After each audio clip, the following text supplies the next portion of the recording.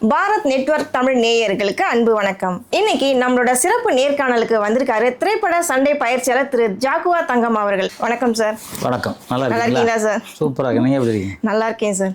Sir, நாளுக்கு நாள் நீங்க ரொம்ப அப்படியே இளமையாயிட்டே வரீங்களே, உங்க இளமையின் ரகசியம் என்ன சார்? பயங்கரமா எல்லாரும் பார்த்து பொறாமப்படுற அளவுக்கு இருக்கீங்க. ஒழுக்கம். ரொம்ப ஒழுக்கமாக இருக்கேன், நேர்மையாக இருக்கேன், யாருக்கும் கெடுதல் பண்ணுறதில்ல. அதனால் நான் எதையும் மனசில் நினைக்கிறதில்ல. அதாவது காலையில் 3 மணிக்கு எழுந்துச்சு தினசரி உடற்பயிற்சி பண்ணுறேன். கொஞ்சம் கூட சோம்பேறித்தனம் படுறதில்ல. ஏன்னா அந்த டைமுக்கு எழுந்துச்சு ஒரு 50-60 வருஷமாக நான் பண்ணிகிட்டு இருக்கேன். அது மாதிரி. அப்போ சாரோட வயசு என்ன? 72. 72வா? பா, அதான் இன்னொரு 2-3 மாதம் கழிச்சா 73. Super sir. ஆனால் ஒரு விஷயம் கேள்விப்பட்டேனே, நீங்கள் ஏதோ ஒரு படத்தில் ஹீரோவா கமிட் ஆயிருக்கீங்க, உண்மையா? நிஜமாவா? அதுக்கான ஒரு மலையாள படம் கமிட் ஆகி இப்போ நடிச்சிக்கிட்டு இருக்கேன். இப்போ நானே ஒரு படம் சொந்தமாக ஜாகுவார்னு ஒரு படம் எடுத்துக்கிட்டு இருக்கேன்.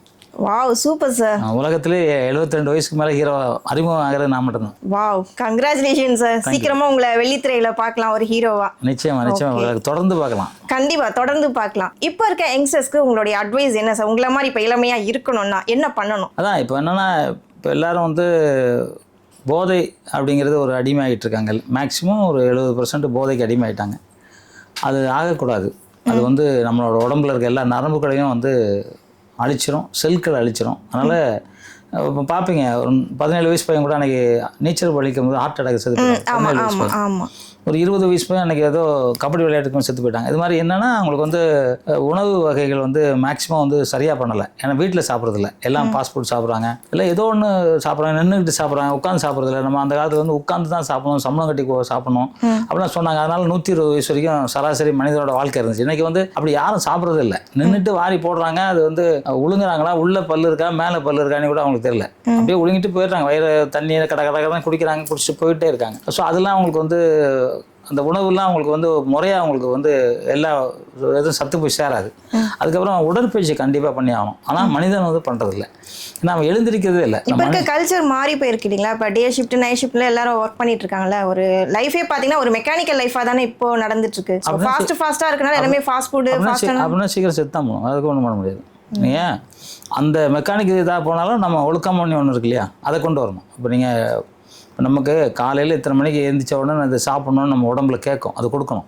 அதே மாதிரி நைட்டு இத்தனை மணிக்கு தூங்கி ஆகணும்னு நம்ம உடம்பு கேட்கும், அது கொடுத்தே ஆகணும். அது இல்லைன்னா நம்ம மூளையிலேருந்து எல்லாமே மாற ஆரம்பிச்சிடும், சேஞ்ச் ஆகிடும். சேஞ்ச் ஆகும்போது வந்து ராங் சைடில் தான் போகும், சரியான சைடு போல. குறைஞ்சது 4 மணி நேரமாவது 5 மணி நேரம் கண்டிப்பாக தூங்கி ஆகணும். அப்படி தூங்கலைனாக்கா ரொம்ப உடம்பு கெடுதல் தான். அதை விட மேலே இன்னைக்கு காலகட்டத்தில் செல்ஃபோன் வந்து சாராயத்தை விட ரொம்ப மோசம்.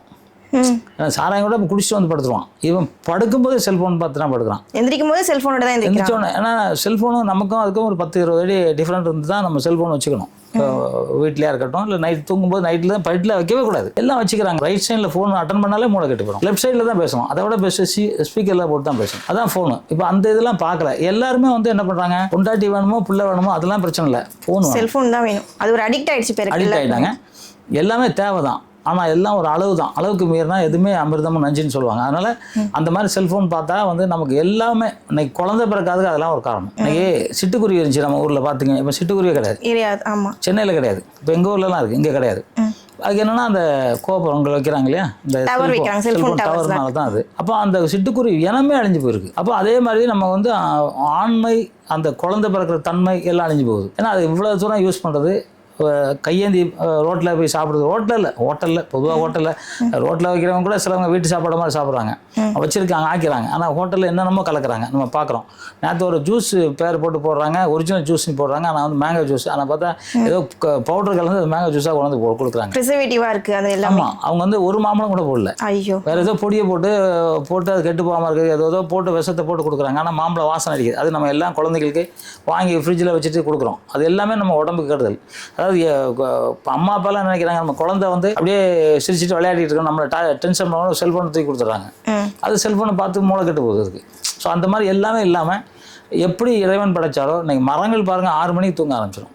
இன்றைக்கி நம்ம மரங்கள், காக்கா, குருவி எல்லாமே 6 மணிக்கு மேலே தூங்கிடும். சரி, நம்ம ஒரு 10 மணி வரைக்கும் தூங்கலாம், நமக்கு 6 அறிவு இருக்கு இல்லையா, 10 மணி வரைக்கும் தூங்கலாம். அதையும் மிஞ்சி தூங்கினாக்கா உடம்பு இதாகிடும். இப்போ நான் வந்து என்ன வேலை இருந்தாலும் சரி, ஷூட்டிங்கை தவிர வேறு என்ன வேலை இருந்தாலும் சரி 9 மணிக்கு நான் பெட்டில் படுத்திருப்பேன்.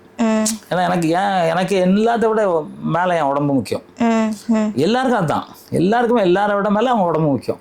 அது உடம்பு இல்லாமல் ஒன்றுமே பண்ண முடியாது. எனக்கு ஹாஸ்பிட்டலில் போய் கியூவில் நிற்கிறதா இருக்கட்டும், இல்லை நடக்க முடியாமல் இருக்கட்டும், சுகர் வந்துச்சுன்னா அதுக்கு ஊசி போடுறதா இருக்கட்டும், டயாலிசிஸ் பண்ணுறதெல்லாம் டயாலிசிஸ் பண்ணுறதெல்லாம் நான் கேள்விப்பட்டிருக்கேன். செத்துடலாம் போல இருக்குது அப்படின்னு சொல்லுவாங்க. அந்த இதுக்கு கொஞ்சம் உடற்பயிற்சி பண்ணிங்கன்னா அது தேவையில்லை. 120 வயசு வரைக்கும் ஒன்றுமே இல்லாமல் நம்மளாக இருக்கலாம். அதை நான் ரெகுலராக பண்ணுறேன்.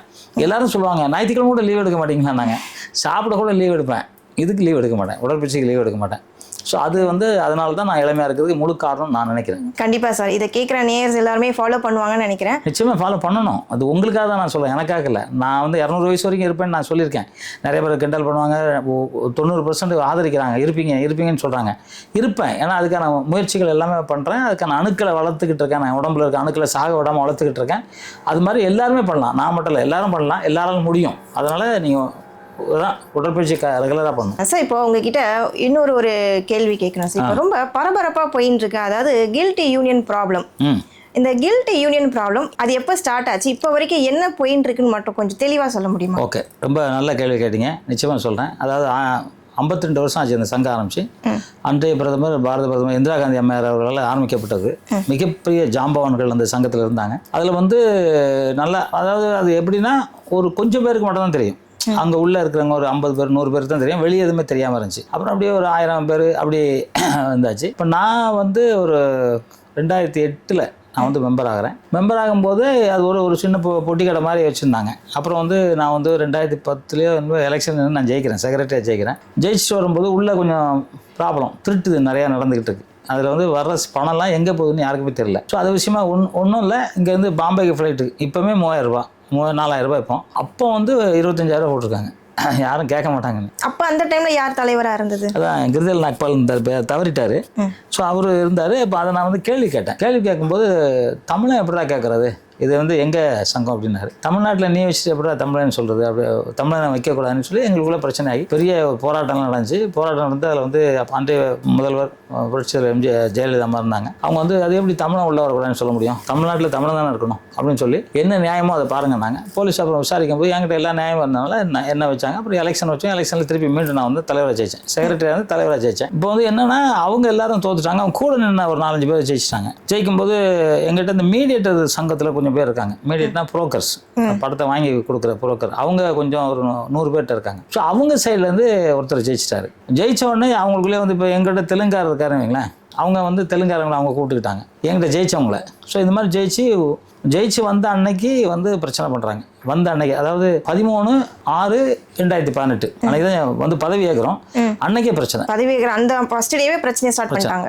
அவங்க ஒரு குரூப்பாக இல்லை நீங்கள் இது பண்ணணும் அதை பண்ணோம், கேஸ் கம்ப்ளைண்ட் கட்டல எங்கிட்ட கொடுங்க, நீங்கள் வைக்கக்கூடாது. நான் கொடுக்க மாட்டேன், நான் தனிப்போ என் பேரில் தான் போட்டுருங்க, ஜாகுவார் தங்கமாக போட்டுருங்க, கில்டனி போடல, நான் தான் பார்ப்பேன் அப்படின்னு அந்த தகராறு. ஒருத்தர் பூட்டு எடுத்து பூட்டுங்க கில்டங்கிறாரு. அப்போ அவங்க வந்தபோதே அவங்களுக்கு சங்கத்தை மூட்டணுங்கிற ஒரு குறிக்கோளாக வந்தாங்க. நான் அதை விடலைங்கும்போது அன்றைக்கே ஒரு மீட்டிங் போடுறோம். அந்த மீட்டிங்கில் எங்கள் சங்கத்தில் படம் எடுத்தால் தான் ஓட்டு அப்படின்னு சொல்லி துரைசாமிங்கிறவர் எழுதுறாரு. அதை அவர் கைப்பட எழுதுறாரு.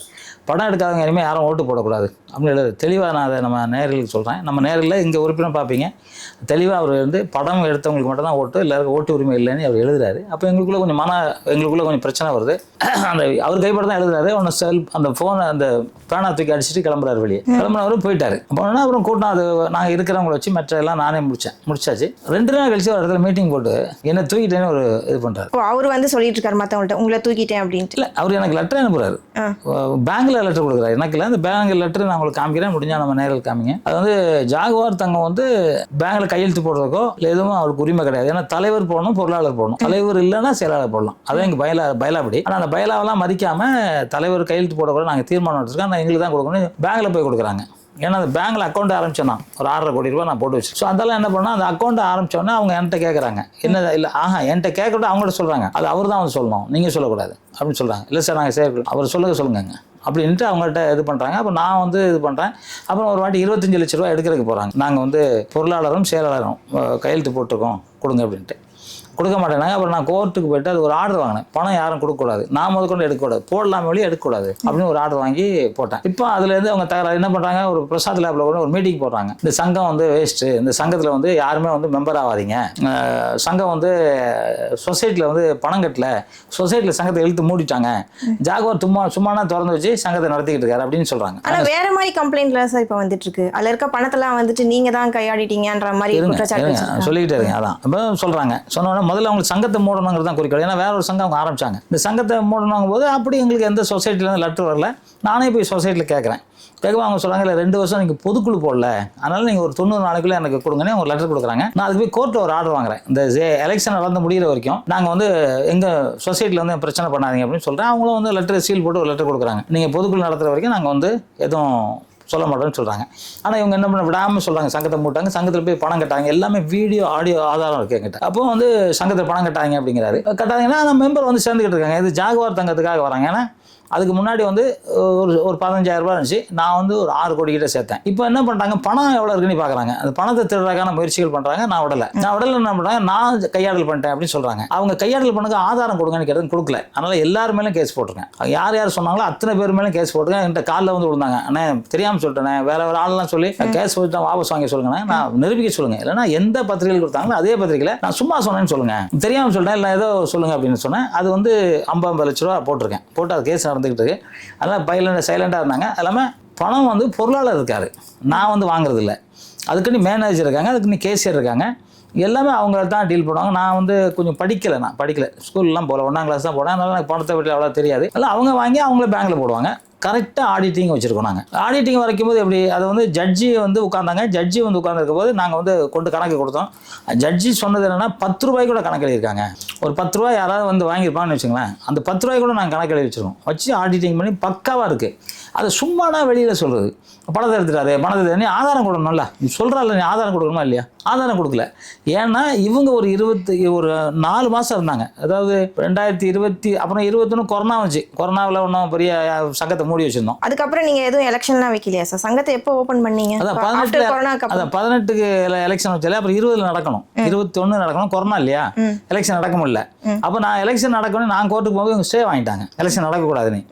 என்னன்னா இப்போ வந்து இப்போ என்ன வருஷம், அது இது 2024 எலெக்ஷன் எந்த வருஷத்துக்கு வைக்கணும்? 2 இயர்ஸ்க்கு ஒன்ஸ் எலெக்ஷன் வைக்கணும் சொல்லியிருக்காங்க. அதுக்கு இல்லை, இப்போ அவங்க 2013 வரைக்கும் சந்தா கேட்டிருக்காங்க, 2013 தான் எலெக்ஷன் வைக்கணுமா, 2004 எலெக்ஷன் வைக்கக்கூடாது, 2024. ஆனால் வந்து வேற மாதிரி சொல்றாங்களே சார், நீங்க தான் வந்து எலெக்ஷன் வந்து தடுத்துக்கிட்டு இருக்கீங்க, எலெக்ஷன் வச்சா உங்களுடைய நீங்க பண்ண உள்ள என்னென்ன அட்டூழியம் பண்ணீங்க அந்த மாதிரிலாம் சொல்லிட்டு இருக்காங்க, வேற மாதிரி சொல்றாங்க. கோர்ட் ஆர்டர் நான் இருக்கு, பார்த்தா போதுமா உங்களுக்கு? எலெக்ஷன் வைக்கணும்னு கேட்கறது நான் தான். கோர்ட் ஆர்டர் போடுறீங்களா? இப்போ கோர்ட் ஆர்டர் பார்க்குறீங்களா? எடுத்துட்டு வந்திருக்கேன், எல்லாமே எடுத்துட்டு வந்திருக்கேன். ஏன்னா ஆனா அவங்க வந்து அப்படிதானே சார் சொல்றாங்க, எலெக்ஷன் வச்சா நீங்க தான் மாட்டிக்குவீங்க, நீங்க பண்ணது எல்லாம் வெளியில வந்துரும், அதனாலதான் அவர் பயப்படுறாரு, எலெக்ஷன் வைக்க மாட்டாருன்னு சொல்றாங்களே. நான் தாங்க எலெக்ஷன் கேட்டிருக்கேன், எலெக்ஷன் கேட்டது நான் தான், கோர்ட்டில் கேட்டு ஆர்டர் வாங்கி வச்சிருக்கேன், பெஞ்சில் ஆர்டர் வாங்கி வச்சிருக்கேன். அவங்க 2013 வரைக்கும் நடத்தணும்னாங்க, நான் 2024 வரைக்கும் நடத்தணுங்கிறேன். முடியாதுன்னு தடுத்தாங்க. நான் வந்து கோர்ட்டில் போய் பெஞ்சில் ஆர்டர் வாங்கிக்கிறேன் 2024 வரைக்கும். இன்னைக்கு யார் மெம்பர் ஆனாங்க அத்தனை பேரும் பயிலாபடி எலெக்ஷன் நடத்தணும்னு ஆர்டர் வாங்கி வச்சிருக்கேன். நான் தானே வாங்கினேன், நீ ஏன் வாங்கல? இப்போ அதை தடுக்கிறது நீ தானே. இப்போ என்னன்னா அவர் என்ன சொல்றாங்க, அவங்க என்ன சொல்றாங்கன்னா இல்லை 2013 தான் எலெக்ஷன் வேணும். அது நீங்கன்றீங்க, அது யாருன்னு கொஞ்சம் தெளிவா சொல்ல முடியும்? துரைசாமி அப்படின்னு ஒருத்தருங்க, அவர் என்னன்னா புரோக்கர். இது வரைக்கும் சினிமாவில் ஒன்றுமே அவர் பண்ணதில்லை. இப்போ நீங்கள் படம் எடுத்தீங்கன்னா உங்களை ஏமாற்றி பிழைக்கிறது அவர் வேலை. அதுக்கு 10-15 பேர் என்கிட்ட லெட்டர் கொடுத்துருக்காங்க. ஒரு இனிய விலைன்னு ஒரு படம் 1.25 கோடி ரூபாய்க்கு எடுத்திருக்காரு படம். அந்த படம் வந்து ஆடியோ ஃபங்க்ஷன் போட்ட உடனே இவர் போய் வீட்டில் போய் பேசியிருக்காரு, இந்த படம் நல்லா இருக்கு, நான் விற்று தரேன் இருக்காரு. எவ்வளோக்கு விற்று தரேங்கன்னா ஒரு 3 கோடிக்கு விற்று தரேன் இருக்காரு. அப்புறம் ஒரு நாள் கூப்பிட்டு படம் ரொம்ப சூப்பராக இருக்கு, ஒரு 25 ரூபா கேஷ் கொடுத்து நம்மளே ரிலீஸ் பண்ணுவோம், 100 கோடி லாபம் வரும்னு இருக்காரு. இந்த ஆள் ஆசைப்பட்டு ஒரு இடம் ஒன்று இருந்து விற்று கொடுத்துருக்காரு. ப்ரொடியூசர் இன்னைக்கு வரைக்கும் 1 பைசா கொடுக்கல. மணி கண்டன் அவர் பேர். இன்னைக்கு வரைக்கும் 1 பைசா அந்த ஆள் கொடுக்கல. அவர் செல்ஃபோனை வந்து இது பண்ணிட்டு பிளாக்ல போட்டு ஆஃபீஸே வேற இடத்த காலி பண்ணிட்டாரு. அந்த ஆள் தற்கொலை பண்ண போனார் கம்ஸ்டான்ஸில் போய். அப்புறம் நாங்களாம் போய் பார்த்து விருகம்பாக்கம் போய் ஸ்டேஷனில் போய் கம்ப்ளைண்ட் பண்ணி, என்னன்னா அந்த ஆள் தமிழ் தெரியாது, அவர் தெளிவாக என்ன எழுதிக்கிறேன், படத்தை நான் விற்று தரேன், லாப நஷ்டம்லாம் உங்களை சேர்ந்தது, என்ன கணக்கு, தெலுங்கு விற்றுருக்காரு, மலையாளம் விற்றுருக்காரு, தமிழ் விற்றுருக்காரு, கன்னடம் விற்றுருக்காரு, ஒரிசா விற்றுருக்காரு, எஃப்எம்எஸ் விற்றுருக்காரு, ஹிந்தி ரைட்ஸ் விற்றுருக்காரு. இத்தனை ரைட்ஸும் விற்று ஒரே 1 பைசா அந்த ஆள் கொடுக்கல. 1 பைசா. ப்ரொடியூசர்கிட்ட 1 பைசா கூட போகல. 1 பைசா நான் சொல்கிறது. நீ ₹1 ₹100 இல்லை, ஒரு பைசா கூட கொடுக்கல, நேரத்து கூட அழுகுறாரு. இப்போ அவர் மேலே தப்பாத ரைட்டா? நீங்க இந்த ப்ரொடியூசர் பத்தி இப்படி சொல்றீங்க, ஆனா மத்த ப்ரொடியூசர்லாம் வந்துட்டு உங்க மேல ஏகப்பட்ட கம்ப்ளைண்ட் சொல்றாங்க. யாரா ஒரே ஒரு ப்ரொடியூசர் சொல்லுங்க பாப்போம். நிறைய பேர் இப்போ சொல்லிட்டு தான் யாராவது ஒரு இருக்காங்க. நீங்க வந்துட்டு ஒரு படம் எடுத்தனா அந்த படத்துக்கான டிஸ்ட்ரிபியூஷனுக்கு நீங்க ஹெல்ப் பண்ண மாட்டீங்க, தியேட்டர் ரைட்ஸ் வாங்கி கொடுக்க மாட்டீங்கன்றாங்க. அதுக்கப்புறம் ரைட்ஸ்ல அது நம்ம வேலை இல்ல, டிஸ்ட்ரிபியூஷன்ல நம்ம வேலை இல்லையே, அது ப்ரொடியூசர் தான் பார்க்கணும். அதுக்கு மீடியேட்டர் இருக்காங்க, அவங்களுக்கு தான். நான் இப்போ எந்த சங்கத்தில் அப்படி பார்க்குறாங்க, எந்த சங்கத்தில் அப்படி பார்க்க மாட்டாங்களே. தியேட்டர் ரிலீஸ் பண்றது ஏன் வேலையா? ஆனா நீங்க ஆரம்பத்துல அந்த மாதிரி தான் ப்ரொடியூசர்ட்ட எல்லாம் சொல்லியிருக்கீங்கன்ற மாதிரி யாரும் சொல்லுங்க, நான் ஒரு ரெக்கார்டை காமிக்க சொல்லுங்க. இல்லை யாருமே அப்படி சொல்ல மாட்டாங்களே. அப்படிதான் இப்போ தகவல்லாம் வந்திருக்கு. இன்னொரு விஷயம் வந்து என்ன சொல்றாங்கன்னா, ப்ரொடியூசர்ஸ் சைடு வந்துட்டு நாங்க ஒரு ப்ரொடியூசர்ல அந்த ஒரு படத்தை எடுக்கிற அந்த குழு வச்சுக்கோங்க. இல்லை யாரும் என்ன சொல்றாங்க, ஒரு இப்போ நான் ஜாகவர்தாங்க, ப்ரொடியூசர் யாராவது ஒருத்தர் பேரை சொல்லுங்க பார்ப்போம். யார் அவங்க படம் எடுத்தாங்களா நான் சொல்றேன். இவங்க யாருமே படம் எடுக்காதவங்க. பிரச்சனை என்னன்னா, இவங்க யாரும் படம் எடுக்கிறவங்க கிடையாது. இவங்க வந்து புரோக்கர்.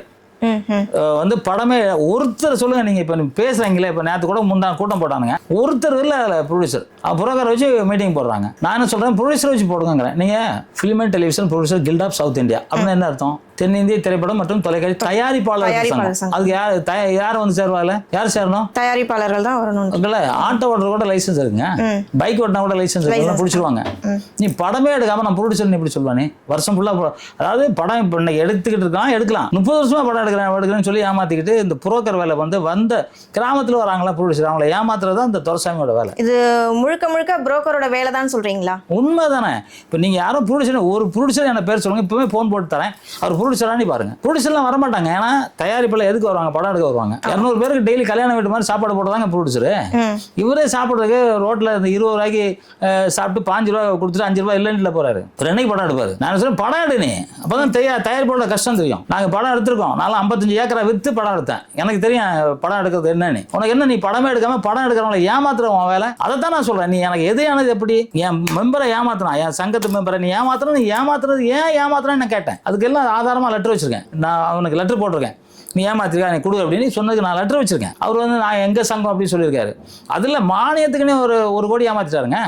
கவர்மெண்ட் மானியம் அவர்கிட்ட நான் மானியம் வாங்கி தந்துறேன், 2.5 லட்ச ரூபா கொடுங்க. இவர் தான் வந்து மினிஸ்டரோட பிஏ அப்படின்னு சொல்லி ஒருத்தனை காமிச்சு வாங்கி ஏமாத்திட்டா. அதுல ஒரு அம்மா அழுவாங்க இன்னைக்கு வரைக்கும். அவங்க வந்து வீட்டுக்காரர் தவறிட்டாரு.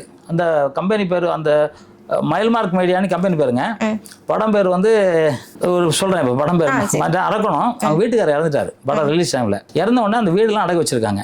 அந்த மாதிரி சாப்பாடு அவர் வீட்டுக்கார், அந்த மாதிரி ஹவுஸ் ஒய்ஃபு, வீட்டை விட்டு வேற எதுவுமே தெரியாது. 2 குழந்தைங்க, சின்ன குழந்தைங்க. இவர் பேசியிருக்காரு, மானியம் வருது வாங்கி தரேன், 2.5 லட்ச ரூபா கொடுங்க, முதல்ல 1 லட்ச ரூபா அட்வான்ஸ் கொடுங்க. அந்த மாதிரி லெட்டர் கொடுத்துருக்காரு, வீடியோ பேசியிருக்காங்க. இப்போ அந்த அம்மாவுக்கு 500 ரூபா கூட கிடையாது. அங்கேருந்து சென்னைக்கு வரைக்கும் பணம் கிடையாது. நான் ஒரு நாள் பேசுகிறேன். நான் என்னன்னா எல்லாரும் லிஸ்ட் எடுத்து எல்லாருக்கும் பேசிக்கிட்டு இருக்கேன். அப்போ நான் ஒரு நாள் பேசும்போது அவர் எடுப்பார்னு பார்த்து இந்த அம்மா எடுக்கிறாங்க. இப்போ நான் ஜாகவர்த்தங்க சொல்லுங்க ஐயா அப்படிங்கிறாங்க. இது மாதிரி இங்கே மானியம் வாங்கி தரோம், நாங்களாம் பணம்லாம் கொடுக்க முடியாதுங்க. ஐயோ உங்களுக்கு தாங்க கவர்மெண்ட் பணம் தரும். இல்லையே துரைசாமி ஒருத்தர் பேசினாரு, ஏன்னா அவர் என்கிட்ட பணம் கேட்டாரா? உங்களுக்கு பணம் கேட்டாரா? துரைசாமி மெம்பரே இல்லையா? அவர் எப்படி உங்கள்கிட்ட கேட்டார்? அப்போ அவர் மெம்பர் வேறு கிடையாது. அவர் கேட்டார், அவர் எப்படி கேட்டார் அப்படிங்கிறேன். இல்லை கேட்டாருங்க, ரெக்கார்டு வச்சுருக்கீங்களா? அவர் பேசின ரெக்கார்டு வச்சுருக்கேன். சரி எடுத்துகிட்டு வாங்கம்மா. டிக்கெட் எடுக்க காசு இல்லை சார், அரக்கோணத்துலேருந்து சென்னைக்கு வரை கார். எத்தனை பேர் வரீங்க? நான், என் பையன், எங்கள் அம்மா 3 பேர். சரி 3 பேர் என்னம்மா டிக்கெட்டு? நான் காசு போட்டு விட்றேன். டிக்கெட் எடுத்துகிட்டு வராங்க. வந்துட்டு நீங்கள் அவங்க பார்க்கும்போது தெரிஞ்சு அவங்களோட நிலைமை. அவங்க வீட்டுக்காரர் இறந்துட்டாரு. ஒரு என்ன சொல்கிறது, ஒரு குழந்தைங்களை வச்சு வீட்டை விட்டு வெளியே வராத ஒரு அம்மா குழந்தைய காப்பாற்றணும். எப்படி இருப்பாங்க பாருங்கள். எனக்கு பார்க்கும்போது அழகாக வந்துருச்சு. என்னங்க உங்ககிட்ட காசு கேட்டார்? ஆமாங்க. சரி ஒன்றும் பிரச்சனை, நான் வாங்கி தரேன்னு சொல்லிட்டு அந்த மட்டும் எல்லாம் எழுதி கொடுத்துட்டோம். கவர்மெண்ட்டில் கொடுத்துட்டோம். கவர்மெண்ட் கொடுத்ததுக்கப்புறம் இவருக்கு சொல்லியிருக்காரு, நீங்கள் முடிஞ்சால் அந்த அம்மாவை கூப்பிட்டு வர, நீங்கள் பேட்டி எடுங்க. நீங்கள் வந்து எனக்கு பணம் தரலைன்னா உங்களுக்கு மானியம் கிடைக்காது, வாங்கி தரமாட்டேன். அந்த படம் பேருங்க தமிழ் செல்வனும் கலைச்செல்வி படம் பேர். அந்த படத்தை வந்து நாங்கள் வந்து மினிஸ்டர்லாம் சொல்லி கொடுத்தாச்சு. இந்த அம்மாவுக்கு மட்டும் பணத்தை வரலாம் நிறுத்திட்டாங்க. என்ன காரணம்னா, இந்த அம்மா வந்து அவங்களோட வீட்டுக்கு அந்த பொண்டாட்டி கிடையாது அப்படின்னு சொல்லி இவனுக்கு போய் எல்லார்ட்டையும் சொல்லி நிறுத்திட்டாங்க. அப்போ நான் வந்து பணம் வந்துருச்சு, எல்லாருக்கும் வந்து ஒரு 4-5 பேர் கொடுத்தாங்க. அதுக்கப்புறம் எல்லாம் அவங்களாம் போய் வாங்கிக்கணும். இப்போ இந்த அம்மா வாங்கியிருப்பாங்கன்னு நினச்சி ஒரு நாள் ஃபோன் பண்ணுறேன், அழுகுறாங்க, வாங்கலை சார் அப்படிங்கிறாங்க. என்னங்கம்மா சொல்கிறீங்க? இல்லை மினிஸ்டர் சொல்லி கெடுத்துட்டாங்க, 2.5 லட்ச ரூபாய் தரலாம் கெடுத்துட்டாங்க அப்படின்றாங்க. உடனே நான் சொன்னேன், ஒன்றும் பிரச்சனை, நீங்கள் வாங்க சென்னைக்கு வாங்க. என்ன காசு இல்லைங்கய்யா அப்படின்னாங்க. நான் போட்டு விட்டு வந்தாங்க. மினிஸ்டர் கூப்பிட்டு போய் எங்ககிட்ட வந்து மெம்பர் ஆகும்போது இவங்க தான் எங்களோட வாரிசுன்னு எழுதி கொடுப்பாங்க. அதெல்லாம் கொண்டு போய் கொடுக்குறேன். மினிஸ்டர் கொடுத்த உடனே அவர் பார்க்குறாரு. கூப்பிட்ட உடனே ஆர்டர் போட்டு பணம் வாங்கி கொடுத்தேன். அந்த பணம் வாங்கினதுக்கப்புறம் 2 லட்சம் வாங்கிட்டாங்க. Okay okay. ஆனால் இப்போ நீங்கள் வந்துட்டு இந்த மாதிரி நான் பண்ணியிருக்கேன், அதாவது இந்த மாதிரி நான் எல்லாமே ஆதாரமாக சொல்கிறேன். எதுவுமே ஆதாரம் இல்லாமல் சொல்ல மாட்டேன். ஓப்பன் உங்கள் சேனலில் சொல்கிறேன்னா ஆதாரம் இல்லாமல் எதுவுமே சொல்ல. என்கிட்ட மேலே வேணா அவன்ட்டு இல்லைன்னு எங்கே வந்து உட்காந்து பேச சொல்லுங்கள். இல்லைன்னு பேச சொல்லுங்கள் பார்ப்போம். இல்லைன்னு நான் வந்து அது சொல்ல முடியாது. ஆதாரமாக தான் எல்லாமே சொல்கிறேன். இது மட்டும் இல்லை, அவன் கூட தஞ்சாவூர்லேருந்து கூட்டிகிட்டு வந்திருக்கான் ஒருத்தன் கூட இருந்து ரகுபதின்ட்டு. அவங்ககிட்ட காசை வாங்கிட்டு ஏமாத்திட்டானுங்க எல்லாத்தையும். அது மாதிரி கிட்டத்தட்ட இது வந்து ஒரு குரூப்பா இருந்து செயல்படுறாங்களா உங்களுக்கு அகைன்ஸ்டா? எனக்கு அகைன்ஸ்ட் இல்லை, பணத்தை கொள்ளடிக்கிறதுக்கு அகைன்ஸ்ட். எனக்கு அகைன்ஸ்ட் இவனுங்க யாரு? நான் யாரு அவனுங்க மாமனா வச்சானா? எனக்கு அகைன்ஸ்ட். பணத்தை கொள்ளடிக்கணும் நான் விட மாட்டேங்கிறேன். அதனால என்னத்தை எதுக்குறாங்க? என்ன எதுக்குறவன் எல்லாருமே யாரா இருக்க பாத்துருமா? சங்கத்துக்கு துரோகம் பண்றவன், மெம்பருக்கு துரோகம் பண்றவன், அவனை நான் எதிர்ப்பேன். ஏன்னா நான் அந்த சங்கத்தில் இருக்கிறேன், நான் எதிர்ப்பேன். மற்றபடி எனக்கு அவனுக்கு என்னங்க தகராறு? அவன் ஆனால் உங்கள் பேரில் வந்து ஏகப்பட்ட குற்றச்சாட்டு வைக்கிறாங்களே சார். உங்ககிட்ட வந்துட்டு யார் கன்வின்ஸாக போகிறாங்களோ அவங்களுக்கு நீங்கள் நிறைய ஹெல்ப் பண்ணுறீங்க அந்த மாதிரி தான் சொல்கிறாங்க. அவங்களுக்கு மட்டும்தான் நீங்கள் ஆதரவு கொடுக்குறீங்க. இன்கேஸ் நீங்கள் ஏன் இப்படி பண்ணுறீங்கன்னு உங்களை கேள்வி கேட்டால் அவங்கள வந்துட்டு அடிக்கிறீங்க, அந்த மாதிரிலாம் கம்ப்ளைண்ட்லாம் வருது. அவங்கள போயிட்டு அடிக்கிறீங்க, உறுப்பினர் கார்டே அவங்களுக்கு கேன்சல் பண்ணிடுறீங்க, எலெக்ஷனுக்குள்ள நிற்க விட மாட்டீங்க, இந்த மாதிரி ஏகப்பட்ட கம்ப்ளைண்ட்ஸ் வருது சார். அது எப்படிங்க நடக்குமா? அது நடக்குமா? நீங்கள் சொல்லுங்கள். என்ன காட்டுக்குள்ளே இருக்கணுமே? 14 கேமரா எங்கள் வீட்டை எங்கள் ஆஃபீஸை சுற்றி இருக்கு, அடிக்க முடியுமா? அப்படிதான் சொல்றாங்க எல்லாருமே. வந்து அப்படிதான் கம்ப்ளைண்ட் போலீஸ்ல போயிட்டு கம்ப்ளைண்ட் பண்ணாலும் உங்க பேர்ல போலீஸே வந்து பார்த்துட்டாங்க. போலீஸே வந்து செக் பண்ணாங்க. இது அவருக்கு சாருக்கே தெரியும். போலீஸே வந்து செக் பண்ணாங்க, எல்லாம் எடுக்கிறாங்க. அப்படி நடக்கவே இல்லைன்ட்டு போனாங்க. அடிச்சாரு எங்க வச்சு என்னன்னா இப்படி உட்காந்துருக்கோம், கேமரா இருக்கு, அடிச்சுட்டேன்றாங்க. போலீஸ் ஸ்டேஷன்லேருந்து இந்த கேமராலாம் எடுத்து வந்து பார்த்தாங்க. அந்த அதை உள்ள நம்ம சிசிடிவிலாம் ஃபுட்டேஜ்லாம் எடுத்து பார்த்தாங்க. இல்லை, பொய். அது எப்படிங்க அடிக்க முடியும்? நம்ம காட்டுவாசியா நம்ம? அது எனக்கு 72 வயசுங்க, அடிக்கிற வயசா எனக்கு? அதெல்லாம் போய் அதை நீங்கள் என்ன, நீங்கள் ஏதாவது ஒன்று ஆதாரம் கொடுக்க சொல்லுங்கள். நான் வந்து எல்லாம் சொல்லாங்க. இன்றைக்கி வந்து பெருந்தலைவர் காமராஜர் குறை சொல்கிறான், இயேசுநாதரை குறை சொல்கிறான், முருகரை குறை சொல்கிறான், சிவனை குறை சொல்கிறான், சக்தியை குறை சொல்கிறான், ஏன் மோடிஜியை குறை சொல்கிறான், ஏன் ஸ்டாலினை குறை சொல்கிறான்? யாரை குறை சொல்லலை? எம்ஜிஆருக்கும் கூட இப்போ ஒரு 20% எதிர்ப்பு ஓட்டு போட்டு தான் செஞ்சாங்க. ஏன்னா எல்லாமே நல்லவங்க. எல்லாருக்கும் அண்ணா இருக்கும்போது 20% எதிர்த்து ஓட்டு தான் போட்டாங்க. அதனால் எல்லாருக்கும் எதிரி துரோகி இருப்பான், எதிரி இருப்பான். ஆனால் ஆதாரத்தோடு சொல்லணும். ஆதாரம்னா இப்போ என்ன நடந்தாலும் சரி, ஆதாரம் இருந்தால் தான் பேச முடியும். அப்போ உங்கள் மேலே வைக்கிற குற்றச்சாட்டு எல்லாம் பொய் தான் சொல்கிறீங்க? 100க்கு 100 பொய். 100க்கு 100 பொய். நான் இப்போ உங்களுக்கு சொன்னேன்ல, எல்லாமே லெட்டராக உங்களுக்கு ஆதாரம் தரேன். அவங்க பேசின ஆதாரமும் தரேன். அப்புறம் என்னது, சேலம் எம்ஜிஆர்னு ஒருத்தர் இருக்காரு, அவர் வெங்கடேஷ் அவர் பேர். அவர் படம் ஒன்று எடுத்து இதே துரைசாமிட்ட கொடுத்துருக்காரு. அவர் கிழிச்சு தொங்க விட்டார். என்னன்னா அந்த படத்தை வாங்கியிருக்காருங்க. வாங்கும்போது நல்லா பேசுவார். குழந்தை வயிற்றுக்குள்ள இருக்க குழந்தை வெளியே வர்ற மாதிரி பேசுவார். பேசிட்டு வாங்கின உடனே கையெழுத்துலாம் வாங்கிட்டு, இவர் கையெழுத்து போடல நிபுணன், உங்க கையெழுத்து போட்டு உங்க கையெழுத்து அழகா போட்டுருவார். அந்த விஷயத்தை தெரியும் அவருக்கு. அதனால என்ன பண்ணிட்டாரு, பண்ணி ஜெயா டிவில வித்துட்டார் படத்தை. இதெல்லாம் நான் பொய் சொல்ல முடியுமா? உங்ககிட்ட எல்லாத்துக்குமே ஆதாரம் வச்சிருக்கீங்க. நான் இதை கொண்டு வந்திருக்கேன். சார் கூப்பிடுறாருன்னா இல்லை, ஆதாரத்தோட தான் வந்தேன். ஆதாரம்லாம் நான் பேசல. வித்த உடனே இவர் வந்து வித்துட்டு அவருக்கு ஒரு அமௌண்ட் கொடுத்துருக்காரு. ஒரு 2 ரூபா கொடுத்துருக்காங்க. 20 லட்ச ரூபாய்க்கு வித்துட்டு 2 ரூபா கொடுத்துருக்காரு. அப்புறம் தரேன்னு சொல்லிட்டாங்க அப்படின்னு சொல்லிருக்காரு. இவர் அப்படியே அப்புறம் தருவான் ஒரு கட்டத்தில் அங்கே டிவியில் கேட்டா 20 லட்ச ரூபா வாங்கியிருக்காங்க. இவர் கையெழுத்து போட்டு லெட்டர் கொடுத்துருக்காரு. அன்னைக்கு வாங்கிட்டு இப்படி சொன்னார், நக்கிட்டான் அப்படின்னு அப்படியே வீடியோ பேசி அனுப்பிச்சிருக்காரு. என்னை ஏமாத்திட்டான்ட்டு. அது இல்லைன்னு சொல்ல முடியுமா? உட்கார சொல்லுங்க, நான் பேசுகிறேன், பதில் சொல்லட்டுமா பார்ப்போம். நீ வந்து வாங்கியிருக்கிய, நீ வாங்கலன்னா நான் வாங்கின ஒன்று சொல்லு பார்ப்போம். யாரையும் அடிச்சாங்கிறா சொல்லு, ஒருத்தனை காமி அடிச்சானே. சரி, எலெக்ஷன் வந்து பாரு, நீ ஜெயிக்கிறியா பார்ப்போமா? ஏன் 2024 வரைக்கும் வைக்க மாட்டேங்கிறா? 2013 வரைக்கும். ஏன்னா அந்த மீடியேட்டர் இருக்காங்க 125 பேர். அந்த மீடியேட்டர் ஓட்டு போடுவாங்கன்னு சொல்றா. அந்த மீடியேட்டர் மட்டும் தான் எலெக்ஷன். அவங்க படமே எடுக்கல, அவங்க வந்து சந்தா கட்டல, அவங்க தான் ஓட்டு போடுவாங்களா? 2024 சந்தா கட்டவங்க, வீட்டு நிலத்தை வந்து பொண்டாட்டி தாலியில வந்து படம் எடுத்தவங்க அவங்க ஓட்டு போடக்கூடாதா? ஓட்டு உரிமை கிடையாது அவங்களுக்கு. அதைத்தான் நாங்கள் போராடிக்கிட்டு இருக்கோம். இப்போ நான் பாருங்க, பெஞ்சு ஆர்டர் நான் வாங்கியிருக்கேன். 2024 வரைக்கும் யார் யார் மெம்பரோ பயல அப்படி எலெக்ஷன் நடத்துறேன் கோர்ட் ஆர்டர் நான் தான் வாங்கினேன். அவனா வாங்கினா ஏன் அதை சொல்ல மாட்டேங்க? அவங்க வாங்கின மாதிரி தானே பேசிட்டு இருக்காங்க. நான் ஆர்டர் தரேன் மேடம். ஆர்டரை வந்து நீங்க காமிங்க, நேயர் காமிங்க. ஏன்னா உண்மையிலே நீங்க கண்டிப்பா காமிக்கணும் எனக்கு. ஏன்னா அது காமிச்சாதான் எங்க மெம்பர் வந்து பார்ப்போம், ஓ கரெக்டா அப்படின்னு. இப்போ நல்ல கேள்விகள்லாம் நீங்க கேட்குறீங்க, உங்களுக்கு ராயல் சல்யூட். ஏன்னா இந்த மாதிரி கேட்டு போடுறதுக்கு எனக்கு ஆள் இல்லை. இப்போ நீங்க கேட்ட கேள்வி எனக்கு எதிர்ப்பாக இருந்தா கூட, ஆனா எனக்கு சாதகம் இல்லை. தெரிஞ்சுக்கணும் இல்லையா சார்? எனக்கு சாதகம் தெரிஞ்சுக்கணும் இல்லையா? எனக்கு சாதகம் கிடையாது. ஏன்னா நான் வந்து ஆதாரத்தை சொல்ல 2024 ஆர்டர் வாங்கிறாரு. பெஞ்சில் யாரு பெட்டிஷனரு, யார் எதிரி, அப்போ வாங்கியிருக்காரு. அது விடுங்க, சென்சார் கொடுக்கூடாது கில்டுக்கு அப்படின்னு சொல்லி ஒரு பாம்பே லெட்டர் அனுப்பிச்சிட்டான். இப்போ ஒரு அம்மா இருக்கு, 10 குழந்தை இருக்கு, அம்மா கொலை பண்ணுவானா? பண்ண மாட்டாங்க. பண்ணுவாங்கல்ல. அந்த கில்டில் சென்சார் கொடுக்காதீங்க, கில்டில் சென்சார் கொடுக்கக்கூடாதுன்னு சொல்லி போட்டு ஒரு 3 மாதம் சென்சார் கொடுக்க முடியல. அப்புறம் நான் கோர்ட்டில் போட்டு சென்சார் நான் தான் கொடுக்கணும்னு வாங்கினேன். அதை கோர்ட்டு ஜட்ஜி எழுதியிருக்காரு. என்ன தெரியுமா எழுதியிருக்காரு? இல்லை, இது வந்து ஒரு தனிப்பட்ட விரோதத்தினால இந்த கில்டை அழிக்கணும்னு நினைச்சது, அப்படிலாம் முடியாது, தலைவர் கையெழுத்து போட்டு தலைவர் சீல் போட்டு சென்சார் கொடுக்கலான்னு ஆர்டர் போட்டிருக்காரு. அப்போ அது என்ன கோர்ட்டு போய் சொல்லுமா? கோர்ட்டு எனக்காக போய் சொல்லுமா? கோர்ட்டு உண்மை தானே சொல்லும். அந்த உண்மை சொல்லுதே. அப்போ வந்து யாரு மேலே தப்பு?